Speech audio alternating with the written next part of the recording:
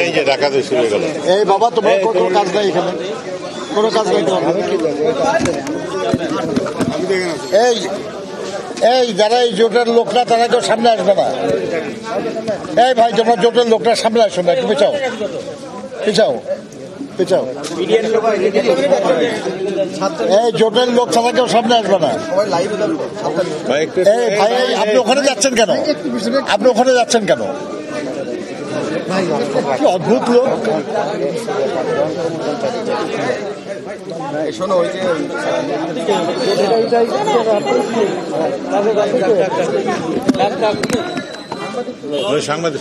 এই ভাই, এই ইউসুফ, এই যে মহিলা উনি জানতে, আপনি জানেন কেন? আপনি ওদিকে যান, আপনি ওদিক দিয়ে যান। কই কই নাসিম বাবু, ওইটা যান না, ওই দিকে যেতে বলতেছি।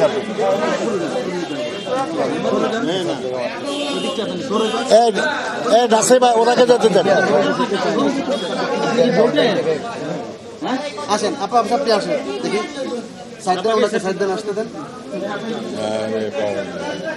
এই কারি ভাই একটু পিছনে দাঁড়ান, আপনি কোনো অসুবিধা নেই, উনি দেখা যাবে। আপনি তো, আপনাকে পিছনে দেখা যাবে। একজন মহিলা মানুষ আসো তোমাদের মধ্যে, একটু তারা একটু রিকগনাইজ করো নাকি? আচ্ছা, শুরু করবো? তোমরা একটু না বেশি ওই দিকে নিতে পারতেছে না ভাই, এদিকে চাপে, এইদিকে চাপেন। ঠিক আছে। প্রিয় সাংবাদিক বন্ধুগণ, আপনারা জানেন যে আমরা দীর্ঘ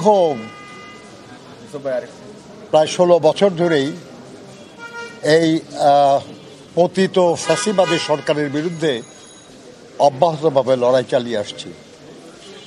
কখনো 20 দল হিসাবে, কখনো যুগপৎ আন্দোলনের মাধ্যমে আমরা এই লড়াইটা চালিয়ে আসছি। কিন্তু আমাদের মধ্যে এই সুসম্পর্ক এবং আন্দোলনের ঐক্য বরাবর বহাল ছিল।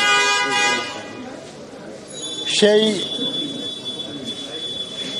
একসাথে চলার যে আমাদের প্রক্রিয়া, তার অংশ হিসাবেই আমরা আজকেও, আপনারা জানেন খানিকক্ষণ আগে 12 দলীয় জোটের সঙ্গে আমরা মিটিং করেছি।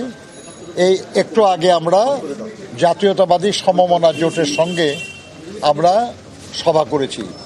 এই সভায় আমাদের দলের মহাসচিব মির্জা ফখরুল ইসলাম আলমগীর, জাতীয় স্থায়ী কমিটির সদস্য বেগম সেলিমা রহমান এবং ভাইস চেয়ারম্যান আব্দুল ওয়াল মিন্টু এবং আমি বিএনপির পক্ষ থেকে ছিলাম, এবং 12 সমমনা জোটের পক্ষ থেকে সেই জোটের প্রধান ডক্টর ফরিদুজ্জামান ফরহাদ, তার নেতৃত্বে 10টি রাজনৈতিক দলের সিনিয়র নেতৃবৃন্দ তারা উপস্থিত ছিলেন। আমরা দেশে বিদ্যমান রাজনৈতিক, অর্থনৈতিক, সামাজিক যে পরিস্থিতি, এই নিয়ে বিস্তারিত আলোচনা করেছি।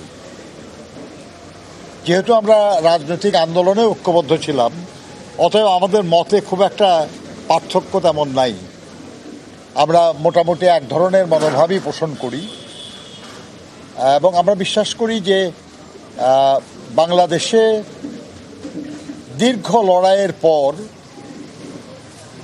যে লড়াইয়ে বহু মানুষ খুন হয়েছে, গুম হয়েছে, লক্ষ লক্ষ মানুষ মিথ্যা মামলায় কারারুদ্ধ হয়েছে, নির্যাতিত হয়েছে, নানা জুলুমের শিকার হয়েছে, এই লড়াইয়ের একটা চূড়ান্ত পর্যায়ে গত জুলাই আগস্ট মাসে ছাত্র শ্রমিক জনতার যে অভ্যুত্থান, তার মধ্যে দিয়ে ফ্যাসিবাদের পতন হয়েছে। কিন্তু আমাদের যে এক দফা, সেই এক দফা পরবর্তী পর্যায়ে এই ছাত্র জনতার আন্দোলনের যে এক দফা, সেটা মূলত ছিল ফ্যাসিবাদের পতন এবং গণতন্ত্র পুনঃপ্রতিষ্ঠা। একটা অবাধ, সুষ্ঠু, নিরপেক্ষ নির্বাচনের মাধ্যমে দেশে জনগণের শাসন পুনঃপ্রতিষ্ঠা। তো আমাদের দাবির একটা অংশ পূরণ হয়েছে, আর একটা অংশ যত দ্রুত পূরণ হয় সেই জন্যই কিন্তু আমরা সবাই কথা বলি, আলোচনা করি, সভা সমাবেশ করি এবং আলোচনা করি। সেটা কি নির্বাচন? অবশ্যই কারণ ওটি তো বাকি আছে।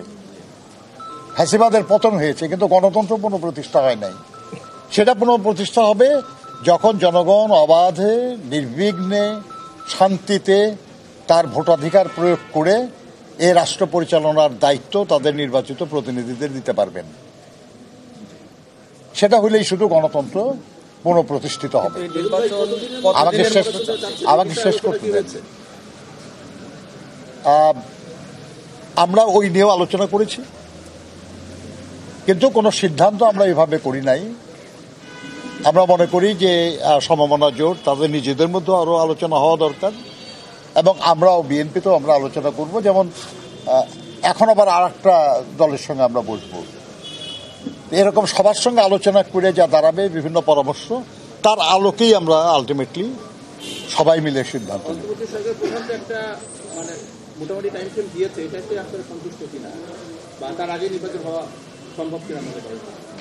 উনি কি টাইম ফ্রেম দিচ্ছেন? কিন্তু তার প্রেস সেক্রেটারি কি বলছে? তাহলে কোনটা মিললো? এটা হ্যাঁ, যে কথা মিলে না ওই নিয়ে মন্তব্য করার কি আছে? একটা স্পষ্ট কথা শুনলে ভালো হবে, তাহলে মন্তব্য করবো। Thank you. আমাদের সমমনা জোটের প্রধান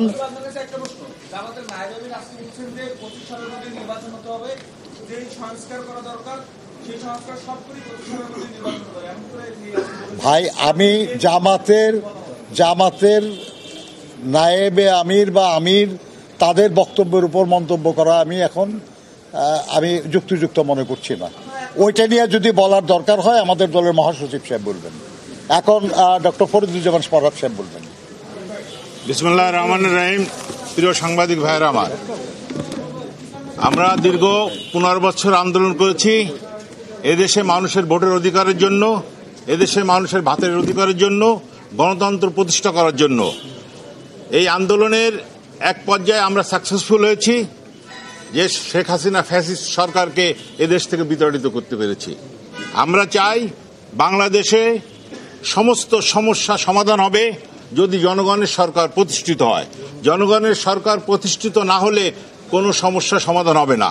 তাই গণতন্ত্র রক্ষার জন্য নির্বাচন খুবই জরুরি।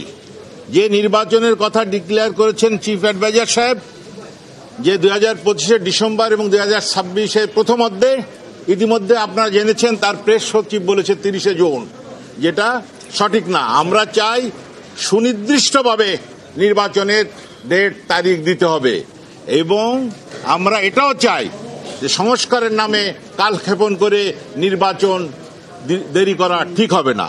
আমরা বিএনপির সাথে আলোচনা করেছি, কোনো ফাইনাল সিদ্ধান্ত হয়নি। আমরা আশা করি আবার আলোচনা বসবো, তারপর ফাইনাল সিদ্ধান্ত হয়ে বিএনপি এবং সমমনা জোট যৌথভাবে আপনাদের সাথে জানাবে, অথবা যার যার অবস্থান থেকে আমরা আপনাদের জানাইব ইনশাল্লাহ। এইটা আশা করছি, এবং নির্বাচন যাতে অচিরে হয় সেটা আমরা এই সরকারের কাছে দাবি রাখি। সবাইকে ধন্যবাদ।